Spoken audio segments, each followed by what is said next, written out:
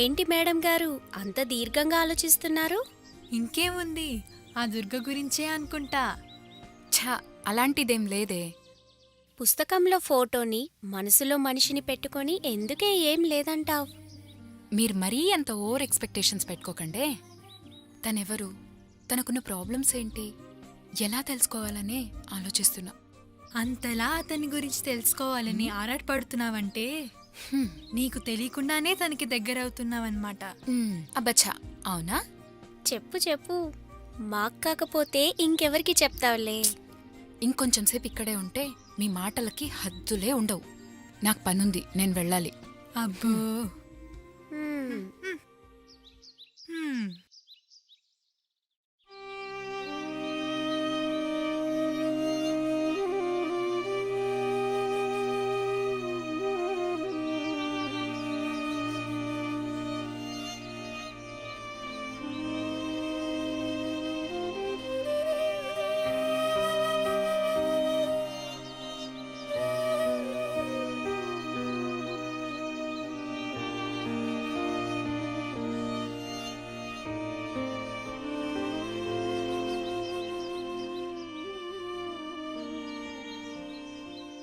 మీ అమ్మా నాన్న ఎక్కడా? మాకెవరూ లేరు, మేము అనాథలం.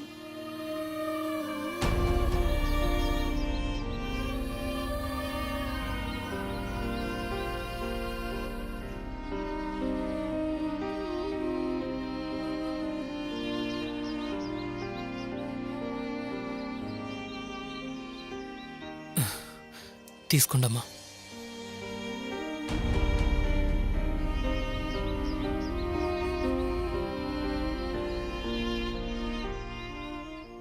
జాగ్రత్త, జాగ్రత్తమ్మా.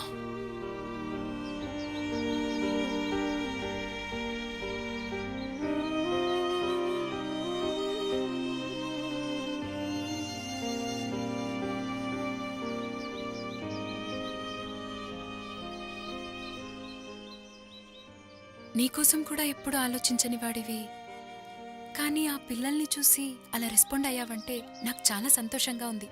ఆ పరిస్థితిలో వాళ్ళని చూస్తే ఎవరికైనా సహాయం చేయాలి అనిపిస్తుంది. ఆ పరిస్థితుల్లో నేనే కాదు, మీరున్నా అలాగే చేసేవారు. ఎందుకో దుర్గా, ఇన్ని రోజుల కన్నా ఈరోజు నువ్వు కొత్తగా కనిపిస్తున్నావు. కాంప్లిమెంట్ ఇచ్చినందుకు కనీసం థ్యాంక్స్ అయినా చెప్పొచ్చు కదా.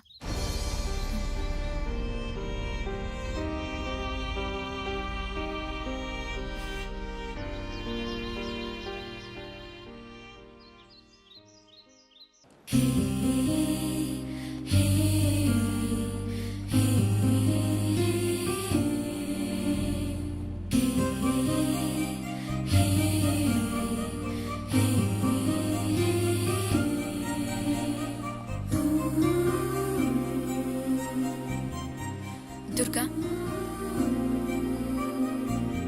మీరేమడగాలనుకుంటున్నారో నాకు తెలుసండి. దయచేసి ఇప్పుడు నన్నేమీ అడగొద్దు. నా గురించి చెప్పే సందర్భం అంటూ వస్తే మొదటగా చెప్పేది మీతోనే. ఎందుకంటే నా ఈ పునర్జన్మకి కారణం మీరే.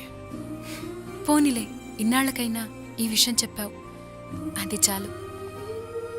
కానీ ఎందుకో తెలియదు, కోపంతో నువ్వెవరో తెలుసుకోవాలని నీ దగ్గరికి రావడం, కానీ నిన్ను చూసేసరికి ఆ కోపం కాస్త మంచులా కరిగిపోవడం, ఇదంతా ఎందుకో తెలియడం లేదు. మీరు నవ్వితే చాలా బాగుంటారండి. నువ్వు నాకు కాంప్లిమెంటా? ఇది ఎప్పటికీ నమ్మలేకపోతున్నాను. నిజంగా సెలబ్రేట్ చేసుకోవాల్సిన సందర్భం.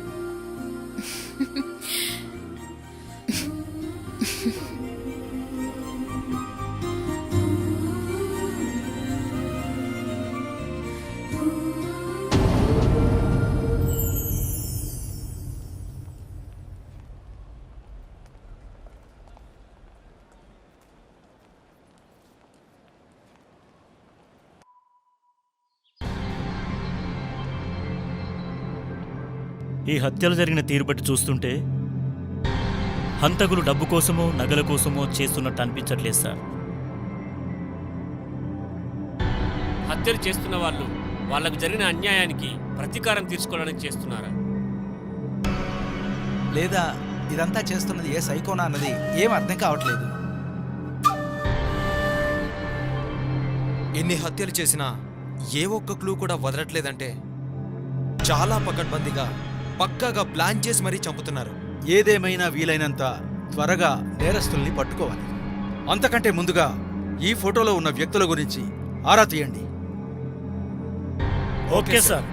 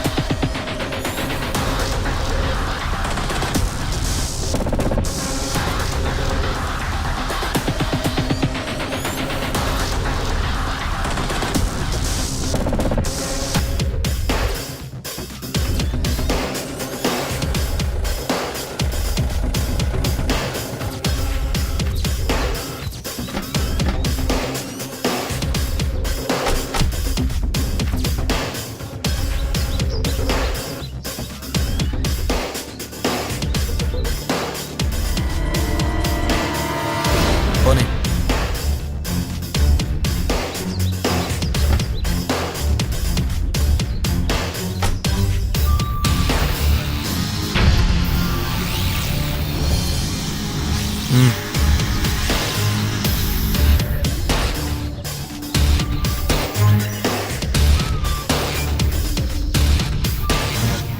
ఈ ఫోటోలో ఉన్నవాడిని ఎక్కడైనా చూసావా? చూడలేదండి. చూడలేదా? చూడలేదు. వెళ్ళు.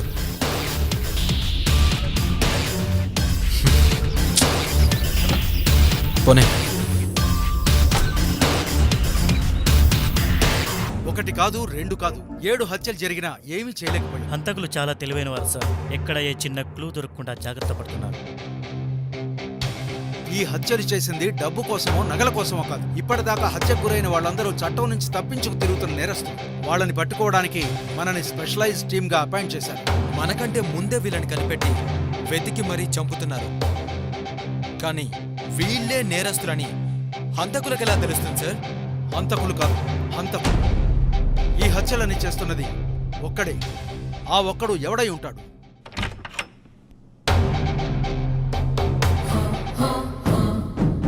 ఏయ్, హూ ఆర్ యు? అయినా లోపలికి ఎలా వచ్చావు? మీ అమ్మాయి కీర్తి గారు పంపారు. ఎందుకో మీరే కలవమని చెప్పారట కదా సార్. ఓ, ఆ రూమ్లో మావాడితో ఉండేది నువ్వేనా? అవును సార్, నేనే. సరే, నేను ఇప్పుడు అర్జెంట్ మీటింగ్లో ఉన్నాను, తర్వాత వచ్చి కనబడు. సరే సార్. ఏ బాబు, నీ పేరేంటయ్యా? దుర్గా సార్. ఆ చేతికి దెబ్బేంటి? ఏం లేదు సార్, చిన్న దెబ్బ తగిలింది. అంత అమాయకంగా ఉంటే ఎలాగయ్యా? జాగ్రత్త. సరే సార్. కిరణ్ సార్. ఫోటో పైన బ్లడ్ని ల్యాబ్కి పంపించమన్నాను కదా, ఏమైంది? లేదు సార్, ఇప్పుడే పంపిస్తాను. అంత నెగ్లిజెంట్ అయితే ఎలాగయ్యా? త్వరగా పంపి. Okay sir, okay.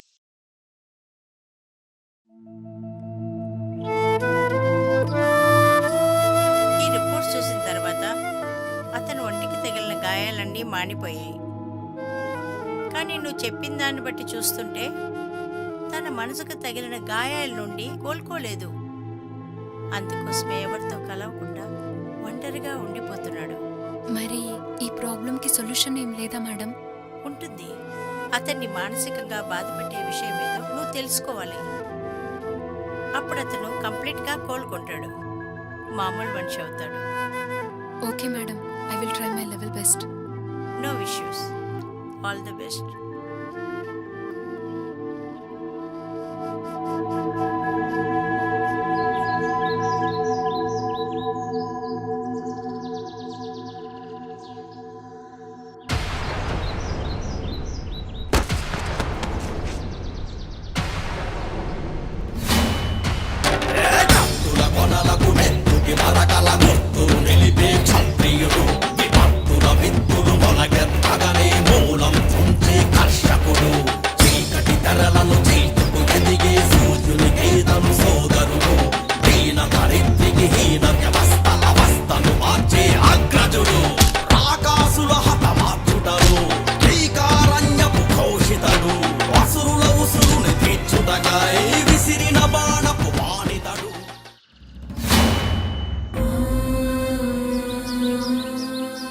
ఎందుకు ఇతను ఇంత దారుణంగా చెప్పావు?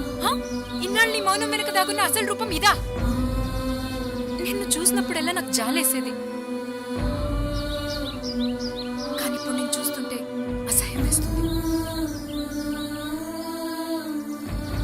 వీడెవడో తెలుసా? నేను ఇలా అవటానికి కారణమైన వాళ్ళలో వీడొకడు. మీరు చూస్తున్న ఈ జీవితం నాది కాదు, నేను ఒక అనాథని.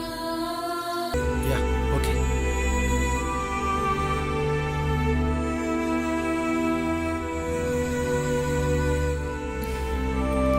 అబ్బా, మళ్ళీ ఎక్కడికి వెళ్ళాడు?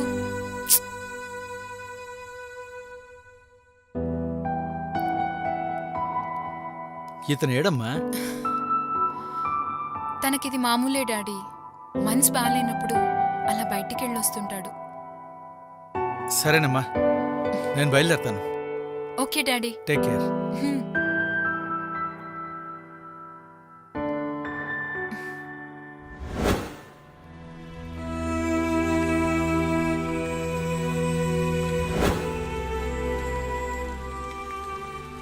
నా జీవితంలో కోల్పోయిన ప్రతి సంతోషం తన ముఖంలో చూడగలిగాను.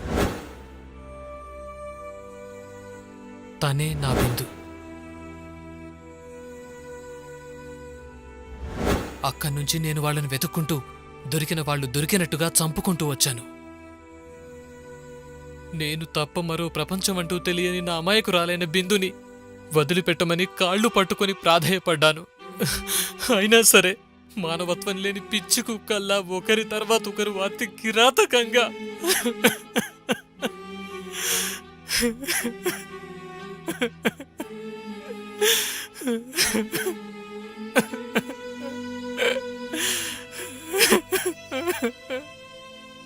బిందు, నేను నిజంగానే మళ్ళీ ఇప్పుడు అనాథనైపోయాను.